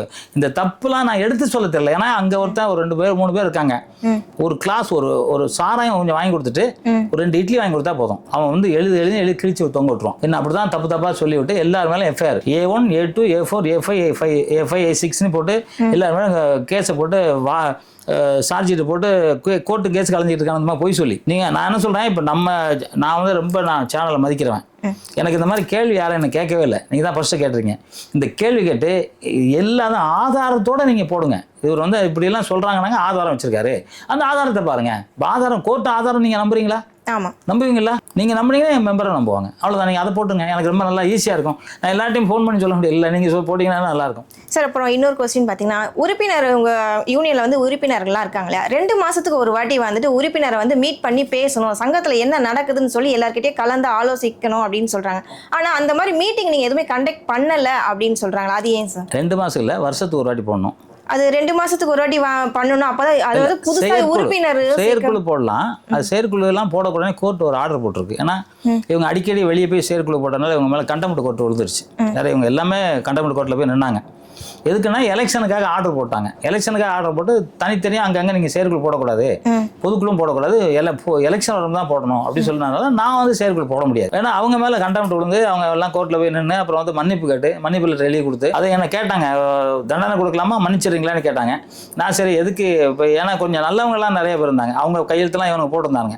இவனுங்கன்னா நான் தண்டனை கொடுங்கன்னு இருப்பேன். நல்லவங்க இருக்காங்க, நல்லவங்களுக்காக நம்ம என்ன பண்ணுவோம், மன்னிச்சு விட்றேன் நான் சொல்லிட்டு மன்னிச்சு விட்டாங்க. அவ்வளோதான். அந்த கூட்டம் பொதுக்குழு வந்து எலெக்ஷன் வச்ச தான் போட முடியும். எலெக்ஷனுக்கு முன்னாடி பொதுக்குழு போட முடியும், இப்போ வந்து போட முடியாது. ஏன்னா கோர்ட் ஆடுறதுனால அதை கோர்ட் ஆடுறது. எலெக்ஷன் எப்போ வைக்கிற மாதிரி ஐடியா சார்? இப்போ போன ஜூன்லேயே வச்சிருக்கணும் மேடம். இவனுங்க வந்து என்ன பண்ணிட்டானுங்க, ஜட்ஜை வந்து ஜாகுவார் தங்கத்திட்ட வந்து காசு வாங்கிட்டாரு, அதனால ஜட்ஜு வந்து இவருக்கு சாதகமாக பேசிட்டாருன்னு சொல்லி ஒரு ஆடியோ வேற ஒருத்தனை பேச சொல்லி போட்டு விட்டாங்க. அதனால அவங்க ராஜினாமா பண்ணிட்டு போயிட்டாங்க. வேற ஜட்ஜி கேட்டிருக்கும். வேற ஜட்ஜி வந்து எல்லாமே ப்ராடுங்க இவனுங்க. அதாவது இவனுங்க அதில் ஒரு 5 பேர் இருக்காங்க. இந்த 5 பேரும் பயங்கர ப்ராடு பசங்க. உழைச்சி சாப்பிடவே மாட்டாங்க. இது வரைக்கும் ஊரை அடித்து ஏமாற்றி சாப்பிட்றது தான் இவனுக்கு வேலையே. நீங்கள் எங்கே வேணாலும் நான் அவனை சொல்லுவேன் திருட்டு பசங்கன்ட்டு. ஏன்னா ஒன்றும் இல்லை, ஒரு 2 மாதம் நான் வந்து சங்கத்தை திறக்க சொல்லி நான் வந்து பூட்டி போயிட்டான், சங்கத்தை மூடிட்டு போயிட்டாங்க, சீல் வச்சுட்டு பூட்டு போட்டாங்க. சீல் போடல. இப்போ 6 மணிக்கு எங்க மேனேஜர் பூட்டிட்டு போயிருக்காங்களா, 6-7 மணிக்கு வந்து பூட்டு போட்டு போயிட்டாங்க. இப்போ நாங்கள் போலீஸ் போனால் இல்லை அது கோர்ட்டு விஷயம் அப்படின்ட்டாங்க. அப்புறம் நாங்கள் வந்து இவர்கிட்ட தாசில்தார் போனோம். அவர் என்ன சொல்லிட்டாரு, இல்லை நீங்கள் திறங்க, ஒன்றும் பிரச்சனை இல்லை அப்படின்னா. நாங்கள் திறந்து பார்த்தா பூட்டெல்லாம் அடித்து உடச்சிருக்காங்க. உள்ள திறக்க முடியல, எங்கள் சாவி போட்டு திறக்க முடியலனால நாங்கள் என்ன பண்ணுறோம், சரி அப்படியே விட்டோம். விட்டதுக்கப்புறம் வந்து வேற பூட்டு திறக்கலாம் பார்த்தா அவங்களுக்குள்ளே பிரச்சனை பண்ணாங்க. அந்த நாங்களும் சரி போயிட்டோம். தரணும்னா திருப்பி தாசில்தாரே வந்து சீல் வச்சுட்டாங்க. சரி நீங்கள் 145 போட்டு சீல் வச்சுட்டாங்க. சரி ஓகே, சீல் வச்ச உடனே நாங்கள் ஒன்றும் பண்ண, நானும் போயிட்டேன். அப்புறம் நீங்கள் கோர்ட்டில் போய் ஆர்டர் வாங்கிட்டாங்க திறக்கிறதுக்கு. பெட்டிஷன் நான் தான், என்கிட்ட சாவி இருக்கலாம், அவர் திறக்கலாம் அப்படின்னு சொல்லி வாங்கினா திறக்கிறோம். திறந்து வந்து உட்காந்தானுங்க இல்லையா, இந்த பொறுக்கி பசங்கள்லாம் இருக்கானுங்களா, தண்ணி அடிக்கணும் கஞ்சி அடிக்கணும், அவனெல்லாம் கூப்பிட்டு சந்தா கட்டா 10 வருஷம் சந்தா கட்டாதவங்களாம் உள்ள உட்கார வச்சுட்டு எத்தனை மணிக்கு மேடம் ஆஃபீஸ் முடியும்? 6 o'clock முடியும். கரெக்ட். போகவே மாட்டேன்ட்டாங்க. போகலாம் ஒரே குட்டி கரெக்டாக அங்கே பக்கத்து வீட்டில் வந்து இவனை நியூடாக குளிக்கிறாங்க. எங்கள் வீடு அப்பார்ட்மெண்ட்டு, எங்கள் கிரவுண்ட் ஃப்ளோரு, மேலெல்லாம் பொண்ணுங்கள்லாம் இருக்காங்க, சின்ன பொண்ணு இருக்காங்க, பக்கத்துலலாம் ஃபேமிலி இருக்காங்களா, துணியெல்லாம் குளிச்சிருக்கான். அவங்க சண்டை போட்டு அவங்க போலீஸ் கம்ப்ளைண்ட், அந்த காப்பி இருக்குது, போலீஸ் கம்ப்ளைண்ட் கொடுத்துருக்காங்க. அவனு அவங்க கேமரா உடைக்கிறான், எங்கள் கேமரா உடைச்சிருக்கான். என்னன்னா நான் அந்த 2 மாதம் வந்து இவனுக்கு தகராறு பண்ணோன்னு நான் என்ன பண்ணேன், 2 மாதம் வந்து நான் வந்து ஆஃபீஸ் போகல. ஏன்னா நான் குடிக்காதவன், எனக்கு அது பிடிக்காது, நான் உள்ளே போகலை. உள்ளே போகாத போது 23 லட்சம் ரூபாய், அதாவது டிடி வாங்குறான் கில்டு பேரில். அந்த டிடி கில்டுக்கு போகல. எங்கே போச்சு அப்போ அந்த பணம்? அவங்க ஒரு சங்கம் ஆரம்பிச்சு அதில் போட்டு, அவங்க ஒரு அக்கௌண்ட் ஆரம்பிச்சு போட்டு எடுத்துருக்காங்க. ஏன்னா இதுக்கு முன்னாடியே இதே மாதிரி ஒரு அக்கௌண்ட் ஆரம்பிச்சு போட்டாங்க. நான் கோர்ட்டில் போய் அதை ஆரம்பிக்கக்கூடாதுன்னு ஒரு ஆர்டர் வச்சிருக்கேன். அந்த ஆர்டர் இருக்குது பாருங்க. எங்கள் பைலாவையும் எங்களோட எந்த டாக்குமெண்ட்டையும் நீங்கள் இது பண்ணக்கூடாது, போலியாக வந்து எதுவும் லெட்டர் பேட் அடிக்கக்கூடாது, ஸ்டாம்ப் போட எதுவுமே படிக்கக்கூடாதுன்னு ஒரு ஆர்டர் வாங்கியிருக்கேன். அது மீறி இவங்க என்ன பண்ண, திருடுறதான் இவங்க வேலை. அதனால் இப்போ டிடி வாங்கினா பேங்கில் போடணுமா இல்லையா? போடல. இப்போ வந்து எனக்கு தெரியாது. நான் 2.5 மாதம் கழிச்சு இவனுக்கு இது மாதிரி சொல்லிட்டானுங்க. ஒருத்தர் வந்து எனக்கு வேண்டியவர் போய் சங்கத்துக்கு போயிருக்காரு. அப்போ அவர் சொல்லிருக்காரு, அவர்கிட்ட சொல்லுங்க, ஜாகுவார்த்தங்க பணம் தூக்கி ஓடிட்டான், இனிமேல் வரமாட்டாங்க, பக்கம் வீடெல்லாம் காலி பண்ணிட்டு போயிட்டான், திருநெல்வேலி போயிட்டான் அப்படின்னு இருக்கான். ஆமாம், நீங்கள் வந்து அந்த யூனியன் பணம் வந்து ஒரு 8 கோடி வந்துட்டு ஏதோ கையாடல் பண்ணிட்டீங்கன்ற மாதிரி அந்த மாதிரி தான் சொல்லிட்டு இருக்காங்க. சில பேர் 6 கோடிங்கிறாங்க, 6 லட்சம், 8 கோடி. எது உண்மை? பேங்க்ல போட்டு வச்சிருக்கேங்க, திருடல பேங்க்ல போட்டு வச்சிருக்கேன். பேங்க்ல போட்டு எப்படிங்க எடுக்க முடியும்? நாடு அவர் தான் எடுத்துட்டு போயிட்டாரு, அவர் தன்னோட சொந்த பர்சனல் விஷயத்துக்காக யூஸ் பண்ணிட்டாரு அப்படின்னு அப்படி கம்ப்ளைண்ட் கொடுத்துட்டு இருக்காங்க. தலைவர் பொருளாளர் 2 பேர் இல்லாமல் பேங்க்ல கொடுக்க மாட்டாங்க. எப்படி எடுக்க முடியும்? எடுக்க முடியுமா? அப்ப இவங்க கொடுத்த கம்ப்ளைண்ட் ஃபேக்னு சொல்றீங்க? போய் அது எப்படி உண்மையா இருக்கும்? யார்கிட்ட கம்ப்ளைண்ட் கொடுத்துருக்காங்க? கம்ப்ளைண்ட் யார்கிட்ட கொடுத்துருக்காங்க? அதை சொல்லுங்க முதல்ல. கொடுக்கலையே. பகிரங்கமா அவங்களே சொல்றாங்களே பணத்தெல்லாம் ஒரு தூக்கிட்டு போயிட்டாருன்ட்டு. என்னன்னா எலெக்ஷன் வர மாதிரி இருக்கு, ஜாகவர்தன் தூக்கிட்டு போயிட்டாருன்னா அப்படின்னு பார்த்தா அப்புறம் ஒரு பொண்ணை வச்சு தப்பா பேசுனானுங்க. ஏற்கனவே ஒரு பொண்ணை வச்சு தப்பா பேசுனானுங்க. இவனுக்கு வேலை என்னன்னா பெண்களை தெய்வமா மதிக்க தெரியாது. முதல்ல மட்ட சாம்பிராணி அவனுங்க, ஒரு அறிவு இல்லாதவங்க. குடிக்கிறவனுக்கு என்ன இருக்கும்? மூளை கட்டவன் அவன். அதனால என்ன வேணான்னு சொல்லுவான். இப்போ நான் இப்படி ஒருத்தர் சுட்ட சொல்கிறாருங்க, நான் எங்கள் வீட்டில் உட்காந்துருக்கேன் ஒரு 6 மணிக்கு. ஆனால் இந்த மாதிரி நீங்கள் உங்களை ஓடி போயிட்டான்னு சொல்லுவான். ஓடி போயிட்டான்னு சொன்னானா? அப்படியே சொன்னான். நாளைக்கு வரேன் ஆஃபீஸ்க்கு அப்படின்னு. நாளைக்கு காலைல போயிட்டேன் ஆஃபீஸ் 10 மணிக்கு. போலீஸ் இன்ஸ்பெக்டர்லாம் சொன்னோன்னே ஏன்னா என்கிட்ட தான் சாவி இருக்கணும், கோர்ட் ஆர்டர்.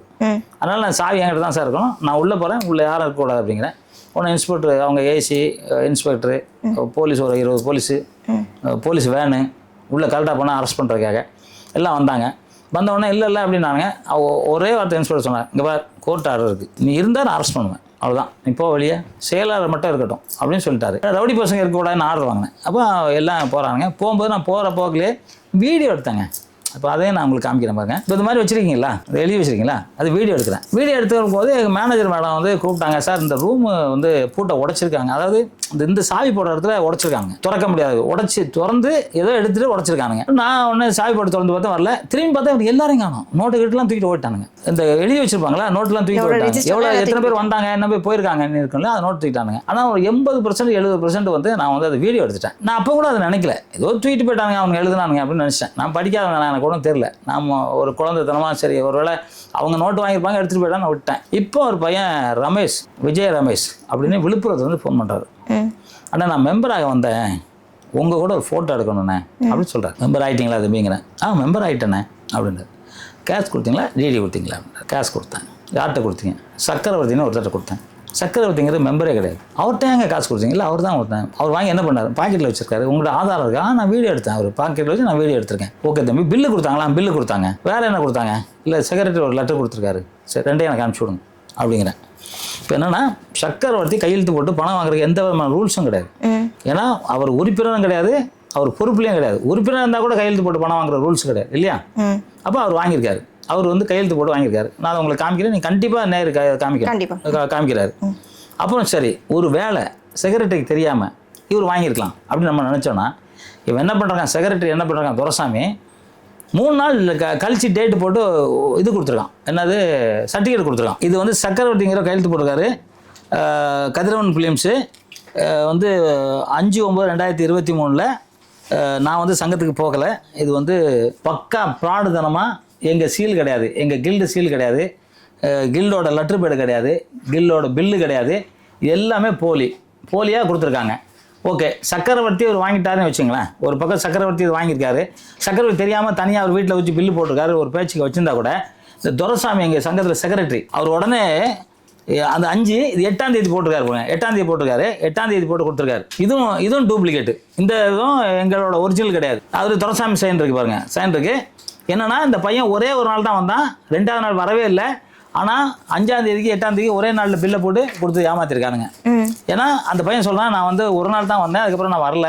ஆனால் 5ஆம் தேதிக்கு 8ஆம் தேதி போட்டிருக்காரு. எனக்கு உங்கள் கூட ஒரு ஃபோட்டோ எடுக்கணும், அதுக்காக நான் மெம்பரே ஆனேங்கிறார். மெம்பர் ஆனது என்கிட்ட ஃபோட்டோ எடுக்கிறது தான் மெம்பர் ஆனாலும், அதுக்காக வந்தேங்கிறாரு. அப்போ இந்த மாதிரி ஏமாத்தினதை துரைசாமிகிட்ட நான் கேட்குறேன். என்னங்க இது மாதிரி ஒருத்தர் சொல்ல, அது வீடியோ வச்சிருக்கேன், துரைசாமிகிட்ட கேட்டது நான் உங்களுக்கு தரேன், வீடியோ தரேன், கண்டிப்பாக வீடியோ போடுங்க. அவர் என்ன சொல்கிறாரு, நாங்கள் யார்கிட்ட கேஷ் வாங்கவே இல்லை. இல்லைண்ணே 2 மாதம் உட்காந்து நீங்கள் கேஷ் வாங்கிருக்கீங்கண்ணே அப்படின்னு நான் சொல்கிறேன். நான் யார்கிட்டையும் கேஷ் வாங்கலை, இதுதான் டிடி தான் வாங்கியிருக்கோம். டிடி யார் பேரில் வாங்கினேன்னு கேட்குறேன். ஏன்னா டிடியும் பேங்க் போகல, அது பேங்க்கு அதையும் உங்களுக்கு காமிக்கிறேன். அப்போ டிடி பேங்க் போகலண்ணே, அதெல்லாம் போயிருக்கோம் அப்படிங்கிறாரு. 4 டிடி போயிருக்கு. அதனால் நீங்கள் இப்போ நீங்களே போடுவீங்களா, அது போயிருக்கு. நீங்கள் என்கிட்ட கொடுத்தது அது போகல. அப்போ அது எங்கேன்னு கேட்குறேன். அது ₹1 ₹2 23 லட்சம், அது எங்கேன்னு கேட்குறேன். இப்போ ₹600 எங்கள் சங்கத்தில் வருஷத்துக்கு ஒரு வாட்டி மார்ச் to ஏப்ரல் கட்டணும். அந்த ₹600 கட்டியிருக்காங்கல்ல, அது ஒரு ₹15 லட்ச ரூபா போகல. ₹600 கட்டின மெம்பர்லாம் க்ளோஸ். இப்போ மெம்பர் எதை நம்பி கட்டுவாங்க? சரி யூனியன் திறந்துருக்கு, சங்கத்துக்கு செக்ரட்டரி இருக்காரு, சரி கட்டுறோன்னு தான் கட்டுறாங்க. அந்த பணத்தை நீ போடலை, டிடி கொடுத்த பணத்தை நீ போடல, எங்கே அந்த பணம்? அதை தான் கேட்குறேன். அதுக்கு பதில் சொல்லிட்டு தான் கேட்குறேன். நான் போலீஸ் கமிஷன் ஆஃபீஸில் கொடுத்து கமிஷன் ஆஃபீஸ் வந்து மாம்பழம் 6 மாம்பழத்துக்கு கொடுத்து மாம்பழம் ஸ்டேஷனில் விசாரிச்சு அப்படியே விட்டு அப்புறம் வந்து திருப்பி நான் கமிஷன் ஆஃபீஸில் போயிட்டு திருப்பி வந்து ஒரு ஏசி சார் வந்து அவர் விசாரிச்சுக்கிட்டு இருந்தார். எலெக்ஷன் டைமில் மாற்றினதுனால அப்படியே கடப்புல கிடக்கு. பணம் அப்படியே 23 லட்சம். அது இது வந்து நீங்க நம்ம ஆடியன்ஸ் காமிங்க சார். அப்புறம் வந்து பாத்தீங்கன்னா இப்ப கில்ட்ல வந்து சங்கர்ன்றவர் வந்துட்டு ஒரு ஸ்டேட்மெண்ட் கொடுத்துருக்காரு. அவர் என்னன்னா உங்களை வந்து நாங்க அடிச்சு தலைக்கீழ நிக்க வச்சுட்டோன்ற மாதிரி ரொம்ப ஆவேசமா பேசியிருக்காரு ஒரு இன்டர்வியூல. ஆமா. அதுக்கப்புறம் பாத்தீங்கன்னா அந்த மெம்பர்ஸ்லாம் சேர்ந்து வந்துட்டு நாங்க கண்டன போராட்டம் பண்றோம், இங்க வந்து வள்ளுவர் கோட்டத்துல தான் பண்ண போறோம், பண்ணிட்டோன்றாங்க. ஒரு பக்கம் வந்து நாங்க பண்ண போறோம், 2 விஐபிக்காக வெயிட் பண்றோம், அவங்க வரல அப்படின்றாங்க. இதுல எது உண்மை எது பொய்? அதாவது என்ன அடிச்சிட்டேன் அப்படின்னு சொல்றான். அவன் அடிச்சதாவே இருக்கட்டும், நான் என் உறுப்பினருக்காக அடி வாங்கினதாவே இருக்கட்டும், அந்த போலீஸ் ஏன் நடவடிக்கை எடுக்கல? நான் அடிச்சான், என்ன ஒருத்தன் அடிச்சிட்டேன்னு அவன் சொல்றான், நான் அவர் அடிச்சேன். பப்ளிக்காவே சொல்றாரு அவர், நான் வந்து அடிச்சிட்டேன் அவரை அப்படிங்கிற மாதிரி. போலீஸ் முன்னாடி அடிச்சாங்கறான். எஸ்ஐ இருந்தாரு, எஸ்ஐ முன்னாடி தான் அடிச்சாங்கறான்.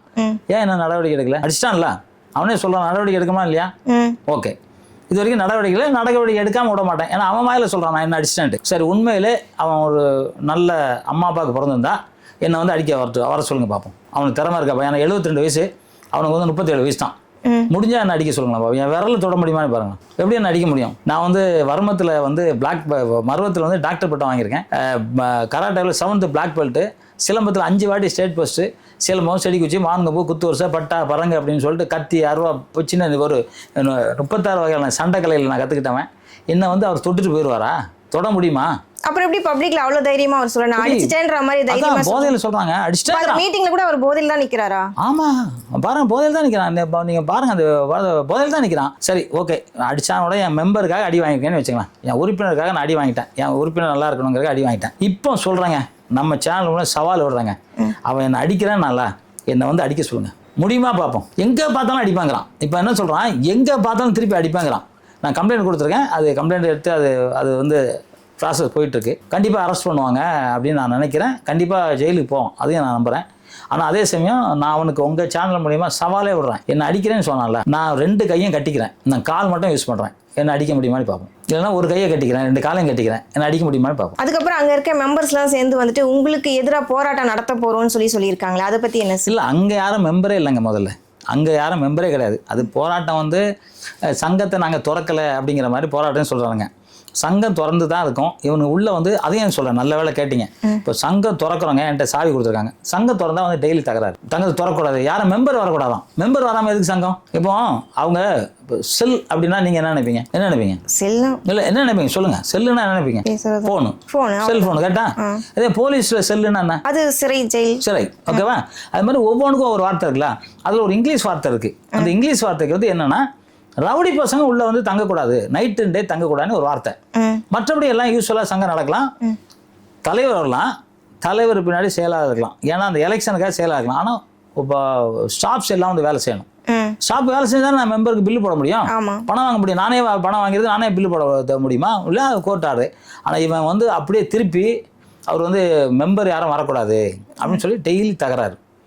என்னென்னா நமக்கு அது, ஏன்னா நம்ம ரிலாக்ஸாக இருக்கணும், சங்கம் நல்லபடியாக இருக்கணும், சங்கத்தில் நிறைய பணம் வச்சுருக்கோம், அந்த பணத்தில் வந்து ஒரு பிரம்மாண்டமாக பில்டிங் கட்டி, எடிட்டிங், டப்பிங், ரீரிகார்டிங், இது எல்லாமே நம்ம உள்ளே பண்ணுறது, தியேட்டர் கட்டுறது, அதெல்லாம் அந்த பிளான் பண்ணி ஒரு வருஷத்துக்கு முன்னாடி நோட்டீஸில் இது புக்கே போட்டேன், மினிட்ஸ் புக்கு.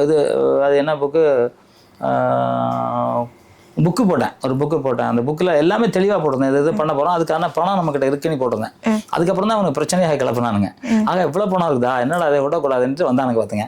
ஆனால் இவனுங்க வந்து அந்த பணத்தை தலைகளாக திருட விட மாட்டேன். ஆனால் என்னன்னா, அதை சொல்ல வரேன். இப்போ வந்து இந்த மீட்டிங் போட்டானுங்க இல்லையா, மீட்டிங் போட்டாங்கன்னு நீங்கள் சொன்னீங்க இல்லையா, இவங்க யாருமே நம்ம கில்டு மெம்பர் கிடையாது. புரோக்கர்ஸ் யூனியன் ஒன்று இருக்குது, அந்த புரோக்கருங்க. அதில் வந்து எங்கள் ஐடி கார்டை யூஸ் பண்ணியிருக்காங்க. புரோக்கருங்க எங்கள் ஐடி கார்டை யூஸ் பண்ணிருக்காங்க. அது என்ன இதுன்னு தெரியல. நான் கோர்ட்டில் சட்டப்படி இப்போ நான் லாயரை கன்சல்ட் பண்ணிகிட்டு இருக்கேன். யார் யூஸ் பண்ணாங்களோ அவங்க மேலே கண்டிப்பாக வந்து நடவடிக்கை எடுக்கிறக்காங்க. அந்த வேலையை நான் பண்ணிக்கிட்டு இருக்கேன். எல்லாத்துக்கும் மேலே இந்த சங்கர்னு ஒருத்தன் இருக்கான் இல்லையா, குடிகாரப்ப, அவனை தான் நான் தேடிக்கிட்டு இருக்கேன். ஏன்னா என்னை பார்த்து அடிப்பானா, அதனால் அவன் எங்கே பாணி பார்த்துக்கிட்டு இருக்கானா. இப்போ கூட நீண்டு சவால் விடுறேங்க, அவன் என்ன தொட முடியுமான்னு பார்ப்பாங்க. ஒரு பஞ்சுக்கு தாங்க மாட்டாங்க. அவன் என்னமோ நினச்சிக்கிட்டு இருக்கான். அவன் போதையில் அவன் பேசுகிறான், நான் என் தனிப்பட்ட முறையில் பார்த்துக்குவாங்கிறான். என்னத்தை பார்ப்பார் அவர் ஊரில் போய் விசாரித்தேன்.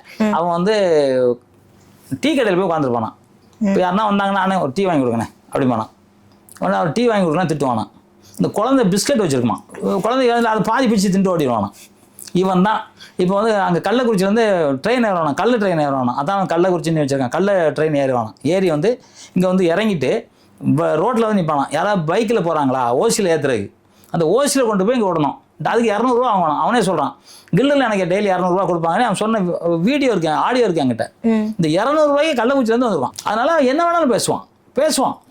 செய்கையெல்லாம் ஒன்றும் செய்ய முடியாது, பேசுவான். அது ஒன்று இருக்கட்டும். இப்போ வந்து சங்கத்தை திருப்பி திறக்கணும்னா இப்போ திறக்க முடியல, திறக்க தகராறாச்சு. இப்போ கோர்ட்டு இது எலெக்ஷன் நடந்துருச்சு, அப்படியே சொன்னாங்க. இப்போ நாங்கள் திறக்கணும் அப்படின்னு சொல்லி ஒரு பெரிய போராட்டம் அறிவித்தோம்.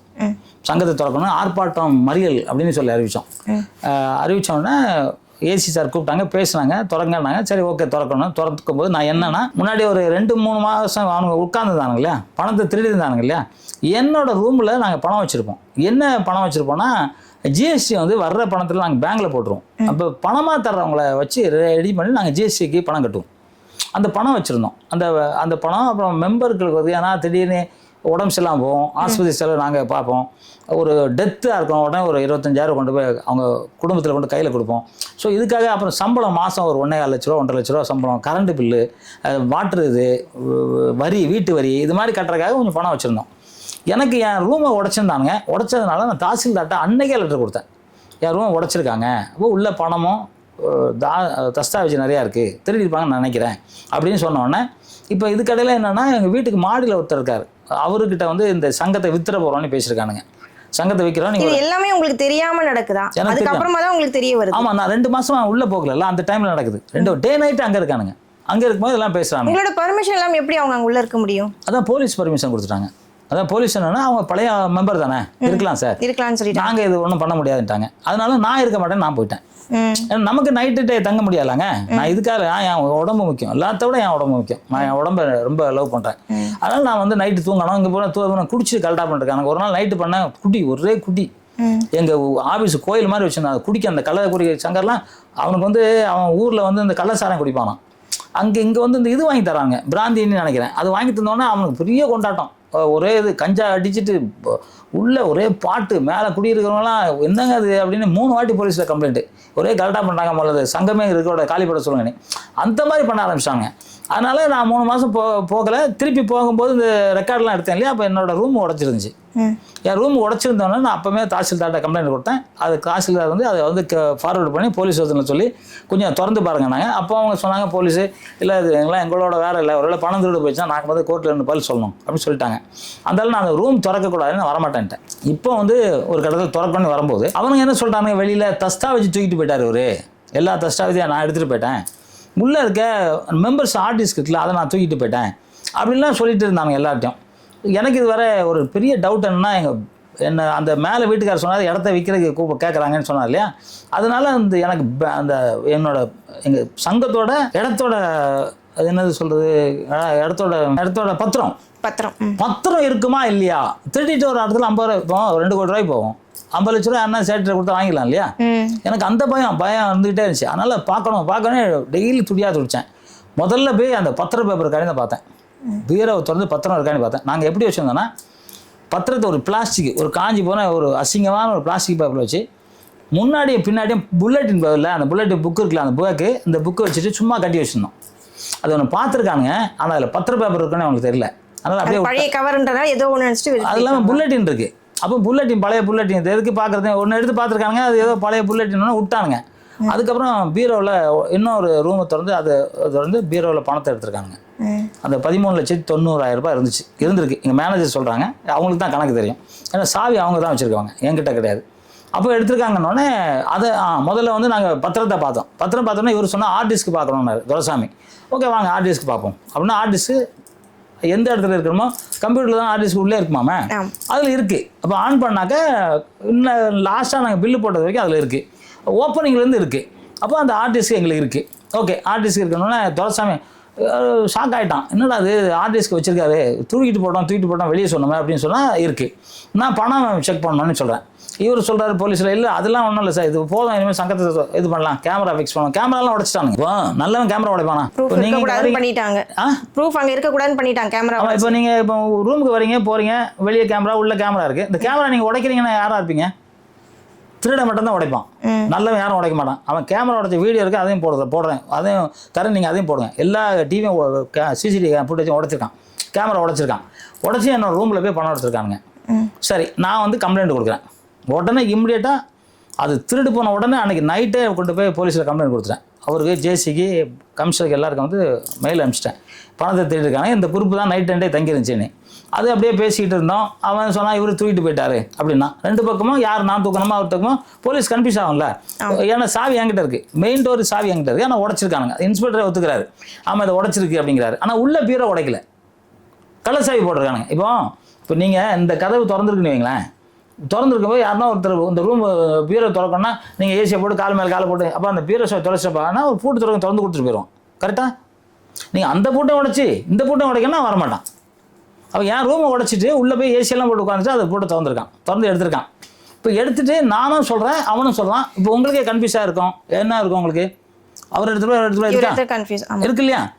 ஆனால் இப்போ ஒரு 15 நாள் கழிச்சு அவங்க கூடவே படுத்துருந்தாங்கல்ல, மதுரை செந்தில்னி, அவர் சொல்கிறாரு, டேய் நீ திருடுற பணம் கணக்கு கொடுறா, நீ திருட நான் பார்த்தேன்டா, நான் மட்டும் இல்லை எல்லாருக்கும் தெரியும்டா, ஜாகுவார் சொன்ன மாதிரி நீ பீரை உடைச்சானே, உடச்சி பணத்தை எடுத்தானே சொல்லிருக்காரு. அந்த ஆடியோ நான் தரேன், அதை கண்டிப்பாக போடுங்க அந்த ஆடியோவை. ஏன்னா எங்கள் மெம்பருக்கு எல்லாருக்கும் அந்த ஆடியோ போய் சேர்ந்துருக்கா சேரலையா தெரியல, அதை கண்டிப்பாக போடுங்க. அவர் கூடவே இருக்கிறவர் சொல்கிறாரு, நீ பணத்தை எடுத்தா, நீ திருடுனா ஆர்டிஸ்க்கு தேடிருக்கான். ஆர்டிஸ்க்குனா எங்கள் ரெக்கார்டெல்லாம் இருக்கலாம், அந்த ரெக்கார்டெல்லாம் தேடிருக்கான். அப்புறம் பழைய புக்ஸு, அதாவது பழைய புக்ஸ்னால் இப்போ 19,000 மெம்பர் இருக்காங்க, 19,000 மெம்பர் லைஃபோடு இருக்கும் அந்த புக்கு. அவங்க ஆதார் கார்டோட நாங்கள் வச்சுருக்கோம், ஃபோன் நம்பர், அதை திருடிட்டு போயிருக்கானுங்க. இப்போ எங்கிட்ட வந்து கம்ப்யூட்டருக்கு தான் ரெக்கார்டு இருக்குது, மற்ற எந்த ரெக்கார்டும் எங்கிட்ட இல்லை, எல்லாத்தையும் தேடிருக்காங்க. இதெல்லாம் இவர் சொல்கிறாரு, அவங்க கூடவே இருந்து படுத்து தூங்கி இருந்தார்ல, அவர் சொல்கிறாரு, நீ திருடிருக்கானே அது ரெக்கார்டை போடுங்க. இப்போ அதை போடுறோம், என்னடா நீ திருடிருக்கானே நாங்கள் கேட்குறோம். பதில் கம்முனி வாயம் பொத்திட்டு இருக்கானுங்க. இப்போ அது பதில் சொல்லணும்ல, அவ கூட இருக்காருல, சொல்கிறான்ல, நீ தப்புன்னா நீ சொல்லல, நீ தப்பு செந்தில், நீ தப்பு வர்றா, போய் சொல்கிறான்னு சொல்ல, ஒருத்தன் சொல்ல, அது தப்புன்னு அவனுமே சொல்ல. அவன்கிட்ட போய் கெஞ்சிருக்காங்க, விட்டுருங்க நமக்குள்ளேயே அசிங்கமாயிடும். அதில் அந்த கள்ளக்குறிச்சி சங்கர் ஒன்று போடுறான், இப்போ நம்ம திருநது இவர் சொன்னதில் தெரிஞ்சு போச்சுல அவருக்கு அப்படிங்கிறான். சரி, இப்படி பின்னாடி இருந்து உங்களுக்கு இந்த மாதிரி உங்களை மேலே இந்த மாதிரி குற்றச்சாட்டு பண்ணுற இவங்களுக்கு பின்னாடி வேற யாராவது இருந்து ஸ்க்ரூ பண்ணுறாங்களா? அதான் 15,000 கோடி ஒருத்தர் அதிபதியாக இருந்தார். அதான் நான் ஏற்கனவே சொன்னல, நான் சங்கத்தை வந்து அவர் வந்து ஃப்ளைட் டிக்கெட்டு 25,000 எடுத்திருக்காருன்னு சொன்னல, அவர் என்ன எதனா பண்ணணுன்ட்டு எவ்வளோ ட்ரை பண்ணார். அவர் தான் முக்கியமான தலை முடிய கூட அவர் பிடுங்க முடியல இது வரைக்கும். என்ன இப்போ அவர் இறந்து போயிட்டார். இப்போ இறந்து போனோன்னா எல்லார்ட்டும் பிச்சை எடுக்கிறாங்க. இப்போ எல்லாம் அங்கே போய் அவங்க எங்கேன்னு காசு வாங்கி எப்படியாவது பண்ணுறானுங்க. தர்மம் ஜெயிச்சே தீரும், நியாயம் வென்றே தீரும். நியாயத்தை எவனாலும் அழிக்க முடியாது. இன்றைக்கி பார்த்தீங்கன்னா ஒரு சினிமா படம் எத்தனை மணி நேரம் ஓடுது? ஒரு படம் 2.5 மணி நேரம் போகும். 2.5 மணி நேரம். 2.5 மணி நேரம் அவங்க வில்லன் ஜெயிச்சிட்டு இருக்க மாதிரியே இருக்கும். கடைசியில் ஹீரோ ஜெயிப்பார். அதான் தர்மம். இன்னைக்கு ராவணனும் ராமரும் பார்த்தீங்கன்னா போர் நடந்துக்கிட்டே இருந்துச்சு. ராவணனும் எட்ட முடியாத அளவில் இருந்தான், ஆனால் அதை ராமர் ஜெயிச்சார். இன்னைக்கு பஞ்சபாண்டவர் 5 பேர், துரியோதனன் 10 பேர் இருந்தாங்க, ஆனால் பஞ்சபாண்டவர் ஜெயிச்சார். ஏன்னா தர்மம் அங்கே நின்றுச்சு.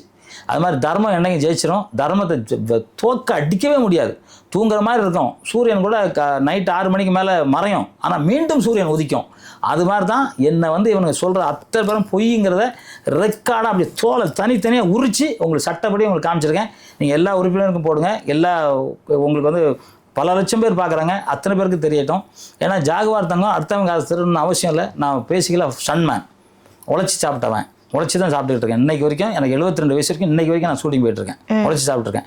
யாரு காசை நான் திருட மாட்டேன், திருட வேண்டிய அவசியம் இல்லை. இறைவன் நல்லா வச்சிருக்காரு, சொத்து சுகத்தோட காரு அதோட எல்லாம் நல்லா வச்சிருக்காரு. இவனுங்க வந்து சாப்பிட்றதுக்கே காசு இல்லை. இந்த துரைசாமி அவங்க பையனை அமெரிக்காவில் படிக்க வச்சிருக்கான். ஒரு மாதத்துக்கு வந்து 8 லட்சம் ரூபாய். இவன் என்ன வேலை பிடுங்குறாரு அது சொல்லுங்க. இப்போ என்ன பிடுங்குறாரு, என்ன வேலை செய்கிறாரு அவர்? எப்படி நீ 8 லட்ச ரூபா மாதம் கட்டுறான்? எப்படி கட்ட முடியும் உன்னால? நீ என்ன வேலை, இப்போ வேலை செஞ்சாதானே கட்ட முடியும். எப்படி கட்ட முடியும்? நீ எப்படி கட்டுறானே? அந்த வாடகை மட்டும் ஒரு மாதத்துக்கு 1,35,000 வாடகை, ரூம் வாடகை அந்த பையனுக்கு. எப்படி கட்டுறானே? நான் கேட்டேன், நீ எப்படி கட்டுறானே அதை சொல்லுண்ணே. நான் 100 கோடி ரூபாய்க்கு பிஸ்னஸ் காமி, 100 கோடி பிஸ்னஸ் காமி, ஆடிட்டிங் காமி. ப்ரூஃப் அவங்கள்ட்ட எதுவுமே இல்லை. என்ன இருக்கும்? எப்படி இருக்கும்? திருடி திங்கிறது நாங்கள் எப்படிங்க இருக்கோம்? திருடுறவனுக்கு எப்படி அக்கௌண்ட் வச்சுருப்பானா? நாங்கள் திருடினேன் எவ்வளோ கட்டுவானா? இல்லை. இப்போ இடம் ஒரு ஆய விட்டான் 100 கோடி வச்சுருந்தேன் பண்ணலையே. இப்போ முக்கியமான விஷயமா அந்த பேங்கு வந்து பேங்கில் வந்து இவனுங்க போய் சொன்னாலும் அதை காமிக்கிறேன். அம்மா அதை கொடுங்கம்மா. பேங்கு ஊழல், பேங்க் சீல் போட்டிருக்காங்க, போலியா பேங்க் சீல் போட்டிருக்கானுங்க. அது நாங்கள் பேங்கில் காமிச்சு நீங்கள் ஒரு கம்ப்ளைண்ட் கொடுங்க, நாங்கள் விசாரிக்கிறோன்றாங்க. அவங்களுக்கு கம்ப்ளைண்ட் கொடுத்துருக்கோம். இது வந்து என்ன கேஸ் கொடுத்தா வருஷ கணக்கு நடக்குங்க, ஒரே நாளில் நடக்காது. அதான் அது நிரூபிக்கிறதுக்கு கொஞ்ச நாள் ஆகும், அவ்வளோதான். ஆனால் என்னென்னா அவங்க கூட இருக்கிற திரு செந்தில், மதுரை செந்தில் அவர்கள் அவர் சொன்னார், நான் மதுரை, நான் நியாயத்தை மட்டும் தான் பேசுவேன். நீ பணம் ஜாகுவார் ரூமை உடைச்சா, அந்த மேனேஜர் ரூமை உடைச்சா, நீ உள்ளே போயிட்டு பீரை உடச்சி நீ பணம் திருடினா, உங்கள் டாக்குமெண்ட்ஸ் திருடினா, முக்கியமாக ஆர்டிஸ்க்கு திருடினா, அது எல்லாம் எனக்கு தெரியும், நான் போலீஸில் சொல்லுவேன் அப்படின்னு சொன்னார். இப்போ அவனை கையை காலை போய் கை காலில் விழுந்து அவர் சொல்லாத அப்படின்னு சொல்லியிருக்காங்க. நேற்று நைட்டு கூட என்கிட்ட பேசினார், அண்ணே என்னண்ணே டெய்லி காலில் கையில் விழுறாங்க, நான் என்னென்ன பண்ணுறதுனாரு. நான் சொன்னேன், நீங்கள் மதுரையில் பிறந்திருக்கீங்க, கண்ணகி பிறந்த நாடு நீங்கள் பிறந்தது, அவ்வளோ ஈஸியாக யாருக்கும் வந்து இது பண்ணாதீங்க, அது நியாயமாக நீங்கள் வந்து அவர் ரெக்கார்டு வச்சுருக்காரு, வீடியோ எடுத்தானா, அவர் வந்து அவன் பீரோலாம் உடைக்கும் போது வீடியோ எடுத்திருக்கேன்னு சொல்லியிருக்காரு. அந்த ஆடியோவும் தயவு செஞ்சு எனக்காகவும் மக்களுக்காகவும் நேர்மைக்காகவும் நீங்கள் போடணும். கண்டிப்பாக நீங்கள் போடணும். கண்டிப்பாக போடுறோம் சார். இப்போ இன்னொரு ஒரு பர்சனலான கொஸ்டின், இப்போ இது ஒரு சங்கத்து பிரச்சனை, இது ஒரு பக்கம் இருக்கட்டும். ஆமாம். இன்னொன்று வந்து உங்கள் குடும்பத்திலேயே வந்து ஒரு மிஸ் அண்டர்ஸ்டாண்டிங்கில் இருக்குது, உங்கள் வீட்டில் இருக்கிறவங்களே வந்துட்டு உங்களுக்கு அகெயின்ஸ்டாக இருக்காங்க, இவனுக்கு பண்ணதான் சாப்பாட்டில் கூட உங்களுக்கு ஏதோ பாய்சன் வச்சுட்டாங்க, இது உண்மையா சார்? நிஜமாவே நடந்தது? எல்லாமே இவனுக்கு பண்ணதாங்க, எல்லாம் இவனுக்கு பண்ணதான். நாங்கள் நல்லா தான் இருந்தோம், இவனுக்கு பண்ண வேலை தான். எங்கள் வீடெல்லாம் கொண்டு போய் கொஞ்சம் கொஞ்சமாக அடகு வச்சாங்க. நான் அடகு வச்சுட்டு என் மேலேயே கம்ப்ளைண்ட் கொடுத்து வீட்டை, உங்களுடைய பர்மிஷன் எல்லாம் எப்படி உங்கள் வீட்டை போய் அடகு வைக்க முடியும்? என் பசங்க கையெழுத்து போட்டு வச்சுருக்காங்க, ஏன் நான் மெண்டல் ஹாஸ்பிட்டலில் இருக்கேன்ட்டு. அவர் மெண்டல் ஆகிட்டாரு, அதனால் அவர் பசங்களுக்கு தன்னோட அப்பா எப்படின்னு தெரியாதா? யாரோ ஒரு மூணாவது மனுஷன் வந்து ஓகே, குடிதான் காரணம். எல்லாம் இவனுக்கு அந்த சக்கரவர்த்திங்க தான் ஃபுல்லாக குடி வாங்கி கொடுத்து, கஞ்சாலாம் வாங்கி கொடுத்து அவன் குடிக்க வச்சு அவன் சொல்கிறதெல்லாம் அவன் கேட்டு இது பண்ணிட்டானுங்க. ஸோ ஒரு கட்டத்தில் நான் வந்து எவ்வளோ கண்ட்ரோல் பண்ணி பார்த்தேன், கண்ட்ரோல் பண்ண முடியல. அதனால் அவங்க தனியாக இருக்காங்க, அவ்வளோதான். உங்கள் மனைவியே வந்து உங்களுக்கு அகெயின்ஸ்டாக சாப்பாடுலாம் அதான் ஏதோ பொடி போட என் பையன் தான் சொல்கிறான், அதுவும் ஆடியோ எதுவுமே ஆடியோ எல்லாமே பக்கா. அந்த ரெக்கார்டு இல்லாமல் நான் ஒன்று கூட பேச மாட்டேன். நாளைக்கு கோர்ட்டுக்கு போனால் அந்த ரெக்கார்டு காமிக்கல, இதே கோர்ட்டை கூட கேட்டாங்க, அந்த கோர்ட்டில் ரெக்கார்டு காமிச்சேன், இந்த மாதிரி இது பாருங்கள் என் பையன் தான் பேசுகிறான், இது மாதிரி வைக்கிறாங்க, நீங்கள் வீட்டில் சாப்பிட்றாங்கன்னு அவன் தான் சொல்கிறான். ஸோ அதையும் வச்சுருக்கேன். என் ஒய்ஃப் வந்து கேட்குறேன், சாயங்காலம் ஆஃபீஸில் இருந்தது கேட்குறேன், நான்லாம் அவன் தான் கழுத்தை அறுத்துருவான் தூங்கும்போதுன்னு சொன்னான் அப்படின்னு சொன்னாங்க. அதோட ஏன்னா ப்ரூஸ்லி கொண்டது யார்? ஒய்ஃப் தான் கொண்டாங்க. எத்தனை பேரை இன்னைக்கு அப்பா மகனுங்க கொள்கிறாங்க சொத்துக்காக. ஆமாம். அதனால் நான் பயந்து கதவை பூட்ட ஆரம்பித்தேன். கதவை பூட்டிட்டு நான் தனியாக இருக்க ஆரம்பித்தேன். இது மாதிரி நிறைய பிரச்சனை வந்தோடனே அவங்களே வந்து கோர்ட்டில் போய் என் சொத்துலாம் எனக்கு சொந்தம்னு கேட்டாங்க. கோர்ட்டு நான் அப்படியே சொத்து அவருக்கு சொந்தம், நான் சம்பாதிச்ச சொத்து அதே இப்படி கொடுத்துருவாங்க. அது கோர்ட்டில் வழக்கு நடந்துக்கிட்டு இருக்கு. அதனால் அந்த வழக்குப்படி நம்ம இப்போ பேச வேண்டாம். சரி. இது எல்லாமே கில்டு தான். கில்டில் நான் வந்து இப்போவும் நான் சொல்கிறேன், மீண்டும் ஒரு முறை சொல்கிறேன், தர்மத்துக்காக தான் நான் சண்டை போட்டிருப்பேன், அநியாயத்துக்கு தான் எடுத்து தான் நான் சண்டை போட்டிருப்பேன். நான் வேறு எதுக்கும் சண்டை போட்டிருக்க மாட்டேன். என்னை எதுக்குறவன் அத்தனை பேருமே 100% கெட்டவன் அவ்வளோ. ரொம்ப நன்றிங்க சார். இவ்வளோ நேரம் எங்ககிட்ட ரொம்ப பொறுமையாக கேட்ட எல்லா கொஸ்டின்ஸ்க்கும் நல்ல தெளிவாக ஆன்சர் பண்ணீங்க. ரொம்ப ரொம்ப நன்றி சார். ரொம்ப நன்றி. நிறுவனத்தாருக்கும் தொழில்நுட்ப கலைஞர்களுக்கும் உங்களுக்கும் ரொம்ப நன்றி சொல்லிக்க கடமைப்பட்டுறேன். முக்கியமாக வந்து நான் எல்லா ஆதாரமும் தரேன். இந்த ஆதாரம் தயவு செஞ்சு நீங்கள் போடணும். ஆதாரம் கொடுத்தா மட்டும்தான் இதை வந்து எல்லாரும் நம்புவாங்க, எல்லாரும் நம்ப மாட்டாங்க. யார் சொன்னாலும் சரி அவங்கள ஆதாரம் காமிக்க சொல்லுங்கள். நான் வந்து ஆதாரத்தோடு பேசுகிறேன். ஆதாரம் இல்லாமல் யார் பேசினாலும் யாரும் நம்பாதீங்க. எவன் வேணாலும் யாரை வேணாலும் சொல்லலாம். ஏசுநாதர் இல்லவே இல்லைங்கிறான், பிறக்கவே இல்லைன்றான், நபிகநாயகர் இல்லைங்கிறான், கிருஷ்ணர் இல்லைங்கிறான், முருகர் இல்லைங்கிறான், ராமாயணம் நடக்கலைங்கிறான், இலங்கை இல்லைங்கிறான், எல்லாம் வந்து சொல்லுவான். அதை கேட்டுட்டு நம்ம பேசாமல் போகிற வரைக்கும் நம்ம நிரூபிப்போம். அப்படிங்கிற போது அது உண்மையாக இருக்கும். அந்த அத்தனை நிரூபிக்கிறத நான் வச்சுருக்கேன். உங்கள் சேனலில் வந்து பேசுனதுக்கு பெரும் மகிழ்ச்சி அடைகிறேன். நன்றி, வணக்கம். நன்றி சார்.